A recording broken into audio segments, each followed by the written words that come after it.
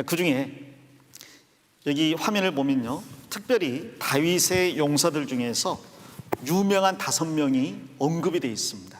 그 5명 간략하게 살펴볼게요.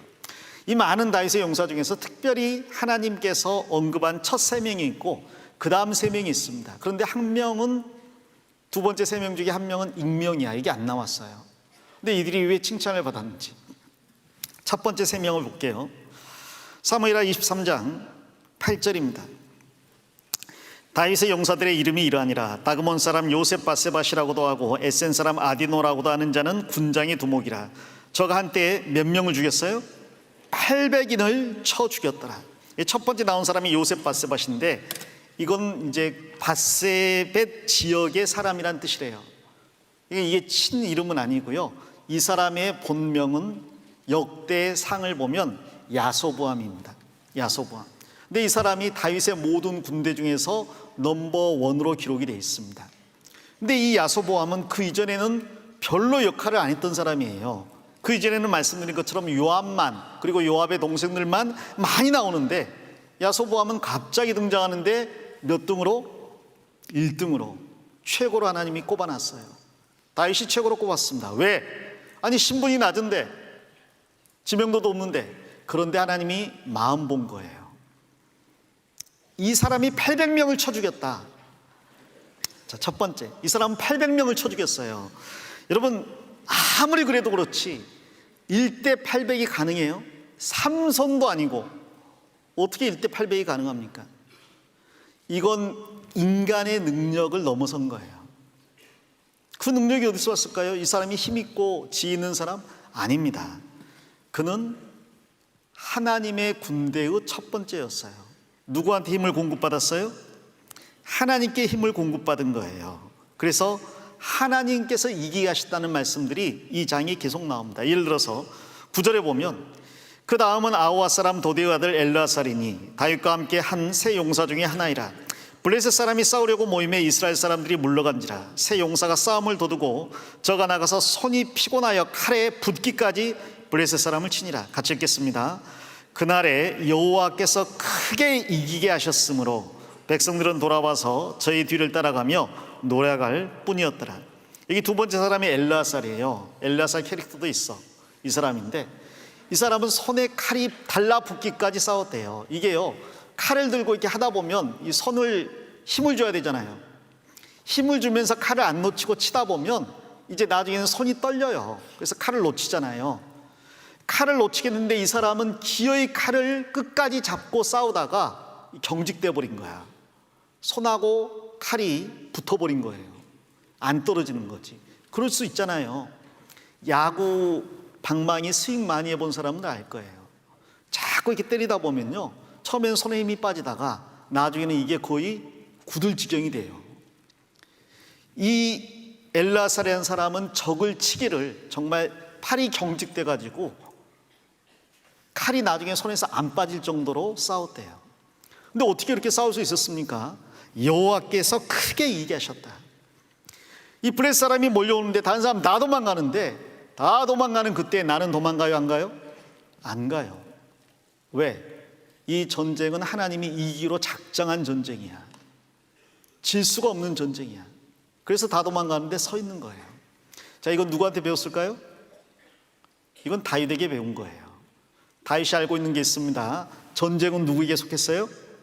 하나님께 속했어요. 싸움에 이기고 지는 건 누구한테 달렸어요? 하나님께. 그걸 확실하게 경험한 게 골리앗과의 싸움이죠. 3m 가까운 고구 골리앗과 싸워도 하나님이 다윗과 함께하면 이겨요. 그리고 다윗은 싸우기 전에 물어봤다 그랬죠. 하나님, 이 전쟁을 싸울까요? 내가 이길 수 있을까요? 하나님께서 싸워라, 정령 이기리라. 그래서 다윗이 시를 지었는데 내가 주를 의뢰하여 적군에 달리며 담을 뛰어넘나이다. 다른 버전에는 성벽을 뛰어넘나이다 그랬죠. 무슨 말입니까? 칼 한 자루 들고, 아니 싸우려면 좀 형세를 보면서 이렇게 싸워야 되는데 아예 그냥 칼 들고 한가운데로 쏙 들어가 버리는 거예요. 왜? 싸움을 그렇게 잘해? 그게 아니에요. 누가 이긴다고 했어요? 하나님께서 이긴다고 했잖아요. 물어보고 지금 싸우는 거잖아요. 싸워라, 정령 이기리라. 그러면 져요, 이겨요? 다윗은 죽을 수 있어요, 없어요? 죽을 수 없어요. 이긴다 그랬으니까. 어차피 이긴다 생각하니까 한가운데 들어가서 싸워도 그래도 이기는 거예요. 뒤에 백업 군대가 없어도요, 어차피 이기는 거예요. 하나님을 의뢰해서 적군에 달립니다. 그리고 성벽, 담을 뛰어넘는다 그랬거든요. 성이 있는데 그 성 안에는 적군들이 몰려 있잖아요. 이 적군들은 성을 의지해서 밖으로 나오지 않고 싸웁니다.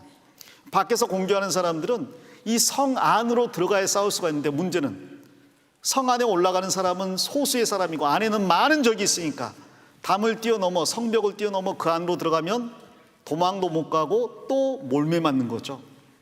그런데 다윗은 싸우면 이긴다 진다? 이긴다는 하나님의 말씀 믿고 아예 담을 넘어가 버리는 거예요. 그럼 우리 왕이 지금 성벽을 뛰어넘어 들어가 버렸어. 나머지는 어떻게 해야 돼요? 다 도망갈라다 에이 하고 따라가잖아요. 그런데 이기는 거야. 그러니까 다윗은요, 하나님께 항상 결과를 묻고 알고 싸웠기 때문에 이거 뭐 해보나 마나한 전쟁인 거죠. 그걸 본 이 세 용사도 아는 거예요. 하나님, 이 블레셋과의 전쟁에 이길 수 있겠습니까? 다윗이 물었는데 싸워라, 정령이 이기리라. 근데 적군이 우르르 몰려오니까 다 도망갑니다. 세 용사는 다윗 옆에서 항상 다윗과 함께 있기 때문에 다윗이 하나님께 물은 것, 그리고 하나님께서 이긴다고 답한 것 다 알고 있는 거예요. 도망 안 가요. 버티고 서서 싸우는 겁니다. 손이 달라붙을 만큼. 어떻게 한 사람이 800명을 싸워 이기고 어떻게 한 사람이 손이 달라붙을 만큼 싸워 이기겠어요? 그게 개인의 힘이 될 수 없는 겁니다. 하나님이 주신 능력, 이게 바로 성령의 능력이에요. 초대교회 그리스도인들 보십시오. 바로 왕이, 죄송합니다, 바로가 아니라 네로 왕이, 같은 로자 돌림이라, 네로 왕이 그리스도인들에게 예수님을 부인하면 살려주겠다, 그러나 부인하면 고문하겠다. 근데 부인하지 않습니다. 한 열흘간 고문을 하는 거예요. 또 물어봅니다. 이제라도 예수님을 부인하면 살려주겠다. 만일 지금 돌이키지 않으면 그러면 사형에 처하겠다. 그래도 돌이키지 않겠다 하는 거예요. 마지막으로 너에게 묻는다. 이 나무 위에다가 묶어놓고요, 예수님을 부인하면 살려주겠다. 그렇지 않으면 불태워 죽이겠다. 그래도 부인하지 않고 죽었잖아요. 아이, 여자, 할머니, 할아버지, 남자 다 그렇게 죽었는데 저는 가끔 생각해 봅니다. 만일 나한테 누가 와서요, 너 예수님 부인 안 하면 열흘간 고문할 거야. 그러면요, 열흘간 고문? 뜨거운 불로 막 지지고 칼로 찌르고 가죽을 벗겨내고, 사람 눕혀놓고요, 한 1m 떨어진 곳에 모닥불을 피워요. 그러면 열기가 서서히 발부터 전달돼서요, 이틀간 몸이 타요. 사람 몸이 타 죽는데 이틀 걸려요. 그런 걸 감당할 수 있을까? 아니, 난 못할 것 같은데. 근데 놀라운 건 그 사람들은 어떻게 견뎠지? 그건 자기 힘이 아닙니다. 우리는요, 이 옷빈 빼다가, 명찰 빼다가 엄마 과다출혈로 죽을 것 같아요. 그게 우린데 그 고문을 우리가 어떻게 당해요? 근데 그런 사람들이 순교를 당했어요. 하나님이 공급하시는 힘이에요. 그들은 확실하게 알고 있는 게 있습니다. 이 육신이 무너지면, 장막집이 무너지면 하늘에서 하나님이 예비한 새로운 내 육신, 새로운 내 집이 있다는 걸 믿었어요. 확실히 알았어요.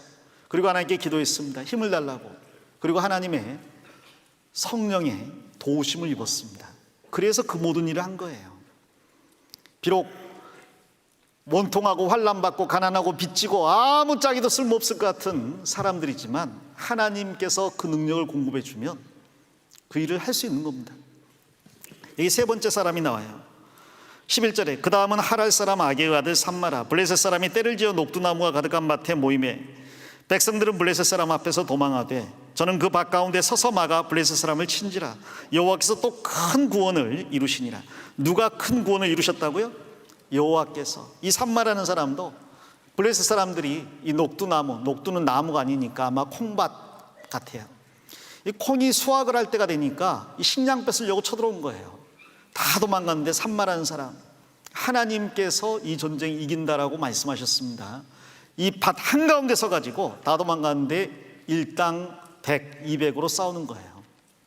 결국 하나님께서 그 산마를 통해서 큰 구원을 이루셨습니다.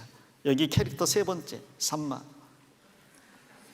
밭 가운데 서서 막아서 블레셋 사람을 쳤습니다.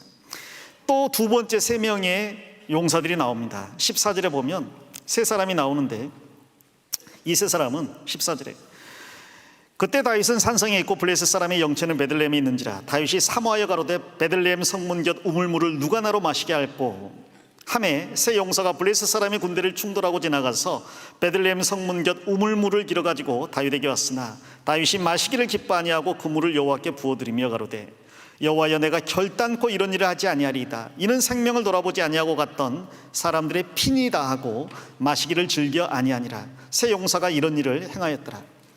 두 번째 세 용사가 있습니다. 이들은 다윗이 전쟁을 할 때요, 이 블레셋 사람들과 전쟁하는데 블레셋 사람들이 베들레헴을 장악한 거예요. 베들레헴과 싸우려고 하는데 다윗이 베들레헴 출신이거든요. 베들레헴에 있는 물이 정말 시원하고 맛이 있는데 자기네 집은 산에 있거든요. 산에서 나는 물이 정말 형편없었던 것 같아요. 그래서 이 베들레헴에 가서 고향 물맛을 맛보고 싶은데, 그런데 지금 블레셋 사람과 싸우고 블레셋이 베들레헴을 차지하고 있으니 그 물을 마실 수가 없잖아요. 그래서 혼잣말로 저 베들레헴 성 옆에 있는 우물에 물이 맛있는데 그걸 누가 나에게 마시게 할까, 혼잣말을 했어요. 근데 이 두 번째 세 명은요, 혼잣말한 걸 들었어요. 왜? 항상 누구 옆에 있어요? 다윗 옆에 있으면서 항상 누구 말에 귀를 기울여요? 다윗의 말에. 근데 다윗은 거의 혼잣말한 건데 그걸 들었어요. 그러면 뭐라고 해야 될까? 임금님 철 좀 드세요 지금. 지금 전쟁하는 판에 지금 물 마시, 저 어쩌라고, 그러면 가서 좀 가져오라고요? 죽으란 말이에요 지금? 그래야 될 판인데 뭐 가라고 말도 안 했습니다. 혼잣말 했는데 이 세 명이 모였어요. 우리 주인이 저 물이 마시고 싶단다. 어떡하지? 뭐 어떻게 가자. 가면 죽을 수도 있는데 그래도 주인의 마음을 시원하게 할 수 있다면 가자. 세 명이 갔어요. 뭐하러? 물 한 그릇 들어. 그래서 베들레헴에 있는 블레셋 영체에 들어갔어요. 그들과 막 싸우면서 그 싸우는 중에 물을 깃는 거예요. 이 우물물 기르려면 이렇게 기려야 되는데 막 싸우는 거죠. 그래가지고 한 그릇 떴어. 그래가지고 그거 가지고 막 달려오는 겁니다. 뒤에서 화살 쏘고 창 던지고 하는데 그거 헉 하고 피투성이 돼가지고 와가지고 주인님 이거 드세요. 그 마음 한번 시원하게 해드리고 싶어서 목숨 걸었어요. 다윗이 그거 보고 너무너무 미안한 거예요. 너무너무 황송한 거예요. 내가 누구간데, 나 같은 사람을 위해서. 나는 양치기 목동이었는데 나 같은 사람을 위해서 이 귀중한 용사들이 목숨을 걸고 물을 떠오다니. 이것은 물이 아니라 피다. 이 귀한 피를 내가 받을 수 없다. 이 귀한 피는 누가 받아야 돼요? 가장 귀한 피라면 하나님이 받으셔야 돼요. 그래서 그 하나님께 부어드렸어요. 제단을 쌓고, 이건 제가 받기에는 너무 큰 겁니다. 이들의 목숨이고 이들의 피입니다. 받으십시오. 자기는 먹고 싶지만 가장 귀한 걸 하나님께. 그걸 본 이 세 용사들은 괜히 갔네고 그랬을까요? 저게 하나님 섬기는 거구나. 그 세 용사가 그런 일을 했습니다. 작은 하나님의 음성에 귀를 기울이고 그 하나님 예수님의 마음을 시원케 해드리고자 하는 마음에 목숨 거는 사람들, 이름을 기록할 만하죠. 그 중에 한 명이 아비새. 이 아비새는 창을 들어 300명을 죽였다고 되어 있어요. 이 아비새는 요압의 동생입니다. 요압은 이름이 없어요. 그러나 그 동생 아비새는 이름이 있죠. 그리고 다섯 번째로 분하야. 이 분하야는 대제사장의 아들이에요. 그 당시 대제사장이 여호야다입니다. 여호야다가 대제사장이고 그의 아들 분하야인데 얼마나 용맹한지, 모압 사람 중에 용맹한 사람 두 사람을 죽이고, 또 눈 올 때 함정에 빠진 사자가 있는데 혹시나 사자가 나와서 사람들을 칠까 사자가 있는 그 함정 속으로 자기가 뛰어든 거예요. 그럼 도망갈 데가 없는 거잖아요. 1대1이잖아요. 근데 당당하게 뛰어들어가지고 사자를 잡아 죽였습니다. 그리고 또 장대한 애굽 사람, 골리앗만큼은 아니어도 키가 2m 25가 되는 사람, 아주 창이 그냥 배틀 많은 사람, 어마어마한 사람. 근데 그 사람은 창이 있고 자기는 막대기가 있는 거예요. 키는 2m 25, 그리고 큰 창을 가지고 있는데 자기는 키도 작고 막대기 가지고 있는데 한판 붙자 싸워가지고요, 그 사람 때려 눕히고 자기한테 창이 없으니까 그 사람 창 뺏어서 그 사람을 찔러 죽였습니다. 이 5명, 이제 익명의 용사까지 6명, 그리고 그 이후에도 많은 용사들이 있었던 거예요. 그들이 바로 다윗의 용사들입니다. 우리가 생각할 게 있죠. 이 다윗의 용사들은 하나님께서 세우신 다윗을 위해서 목숨을 바친 사람들이니까 하나님께 충성한 사람들이에요. 두 번째로, 이 다윗이 용사들을 모집할 때 모든 지파를 다 모았습니다. 근데 그 지파 중에는 베냐민 지파도 있어요. 베냐민 지파는 사울의 족속이고, 사울의 족속이니까 사울 따라야 될 텐데 그 중에서 인정을 떨쳐버리고 하나님의 말씀을 따라 다윗을 섬긴 사람들도 있습니다. 그들도 받아들였어요. 다윗이 만약 그들을 믿지 못했다면 못 받아들이겠죠. 언젠가 나를 배신할 사람들이라고 생각하면 제거해야 되죠. 다윗은 모든 사람을 받아들이고 용서한 왕입니다. 그리고 거기에는 이방인도 포함되어 있습니다. 우리가 어제 배운 헷사람 우리야, 그 사람은 헤타이트 족속이고 가나안 7족속 중에 한 명이에요. 그런데 우리야라는 뜻이 하나님은 빛이라는 뜻이거든요. 하나님을 알고 하나님을 섬기는 우리야, 그러면 이방인도 된다. 그래서 여기에는 이방인의 이름도 나옵니다. 유대인이 됐건 이방인이 됐건 원수가 됐건 적이 됐건 하나님을 향한 마음이 있다면 그 마음 보시고 하나님이 다윗의 군대로 세워주시는 거예요. 그리고 그들은 하나님이 주신 힘으로 놀라운 능력을 발휘했습니다. 나중에 상을 받을 때 다윗의 조카라고 상 더 받고요, 뭐 여호야다 제사장의 아들이라고 상 더 받은 게 아니에요. 친인척 철저하게 배격하고 이름 있는 요압이라고 상 더 준 게 아닙니다. 그는 아예 이름에 명단이 빠져버렸어요. 얼마나 진실하고 충성된 마음으로 신앙으로 다윗을 섬기고 하나님을 섬겼느냐에 따라 상을 받았습니다. 이 다윗 시대 때 줄곧 장관했던 요압은 동기가 잘못됐어요. 자기 유익을 위해서 다윗을 따랐고, 그래서 자기보다 더 의로운 사람을 자기 정적이 될까 봐 잡아 죽였습니다. 그로 인해서 이 요압은 나중에 솔로몬 시대 때 성전에서 비참하게 죽임을 당하죠. 자기 유익을 위해서 하나님의 일을 한 사람, 그 사람은 아무것도 얻지 못했습니다. 교회에서 장사하려고 하는 사람이 있어요. 안 됩니다. 교회에서 인기 끌려고 하는 사람이 있고, 교회에서 명성 얻으려고 하는 사람이 있고, 교회에서 영향력 얻으려고 하는 사람이 있습니다. 안 되는 거예요. 순수한 마음으로, 온전한 마음과 기쁜 뜻으로 섬긴 사람들이 상을 받게 된 겁니다. 자, 이 다윗의 용사들은 훗날 주님의 동역자들을 보여주는 것이기도 합니다. 주님이 이 땅에 오셨습니다. 하나님께서 세우신 왕인데, 이 하나님께서 세우신 왕 다윗처럼 예수님은 하나님이 보내신 구원자입니다. 그러나 이 땅에 오셔서 그 일을 혼자 하시지 않았어요. 그는 12명의 제자들을 데리고 있었죠. 그리고 그 12명의 제자들과 함께 하나님의 일을 했는데, 그들은 다윗을 쫓았던 용사들처럼 보잘것없는 사람들이었습니다. 그러나 그들이 나중에 온 세상을 놀래킨 12사도가 되었잖아요. 우리가 그 이름들을 알고 있잖아요.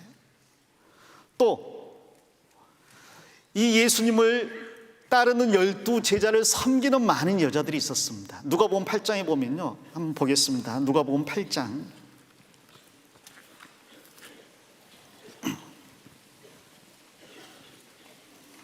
누가복음 8장 1절입니다.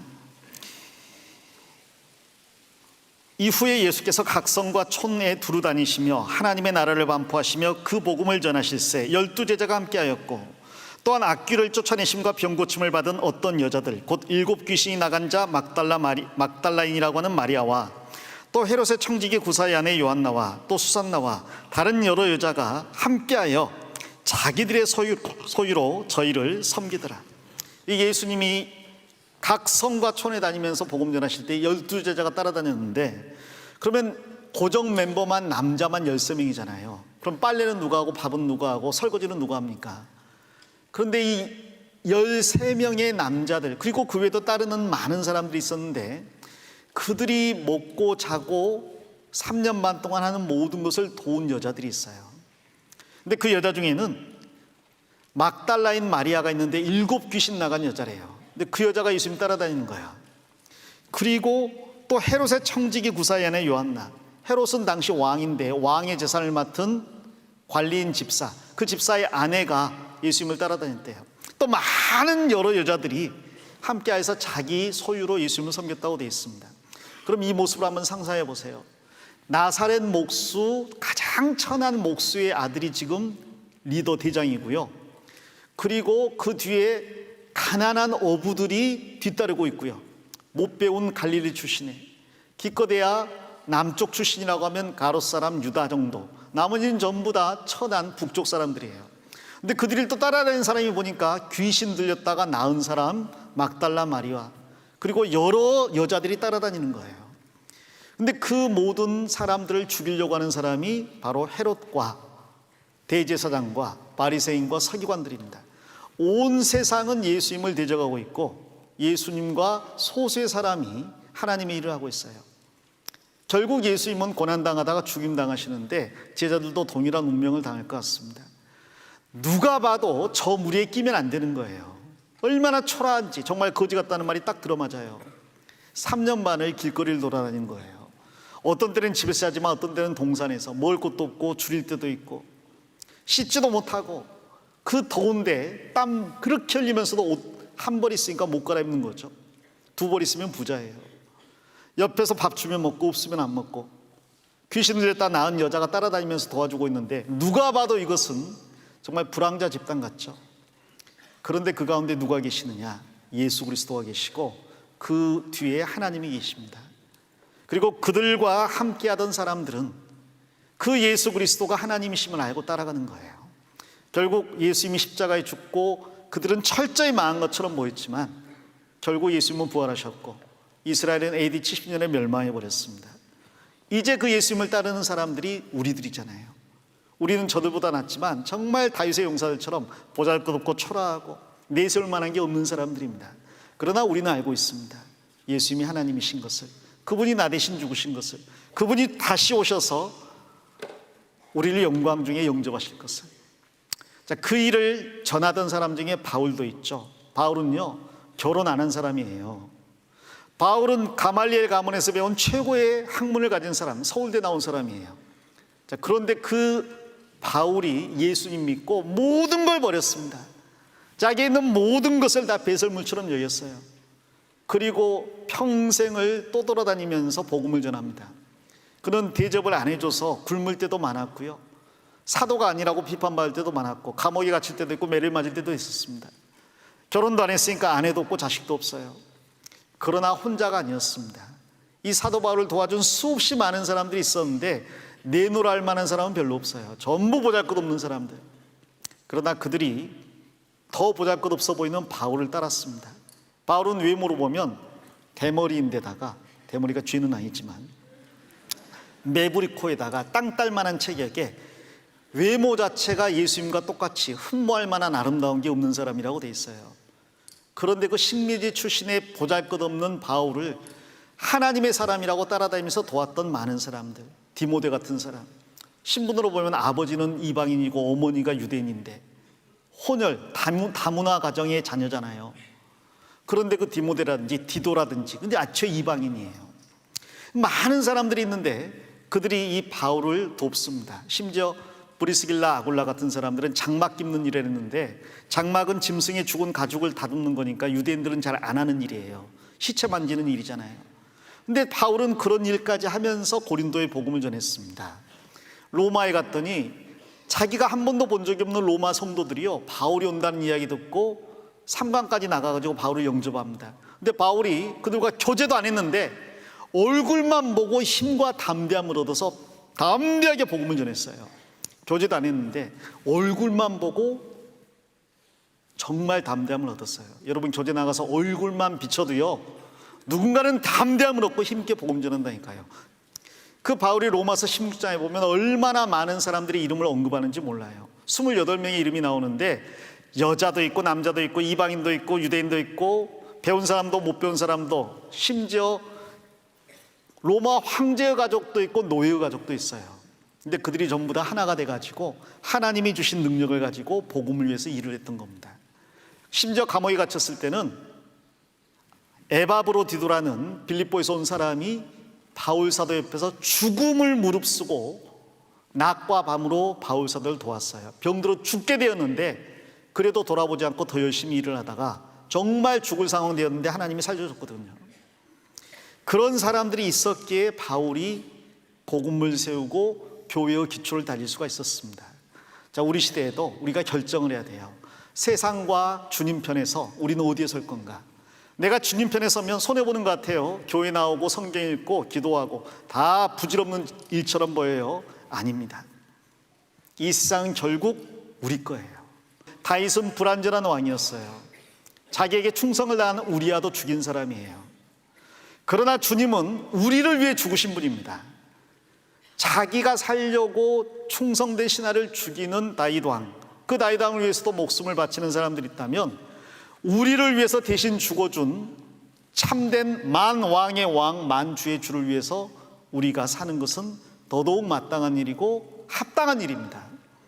죽음까지 무릅쓰는 게 마땅한 거라는 거죠. 그래서 우리는 참된 왕인 하나님을 섬기는 하나님의 용사가 되어야 되겠습니다. 그 주님이 오실 때 우리에게 그 주님의 영광이 참여하게 하실 거예요. 그래서 지금까지 여러분 많은 수고하셨는데 성경 요한계시록 3장에 보면 빌라델피아 교회에게 주님이 말씀하십니다. 지금까지 많은 수고를 했다. 그러나 너의 상을 빼앗기지 않도록, 내 면류관을 빼앗기지 않도록 굳게 붙들라고 하셔요. 잘하셨어요. 지금까지 교회 안에 있는 여러분 잘하셨고 주님 오시는 그날까지 교회 안에서 주님의 용사로 굳게 서 나가야 되겠습니다.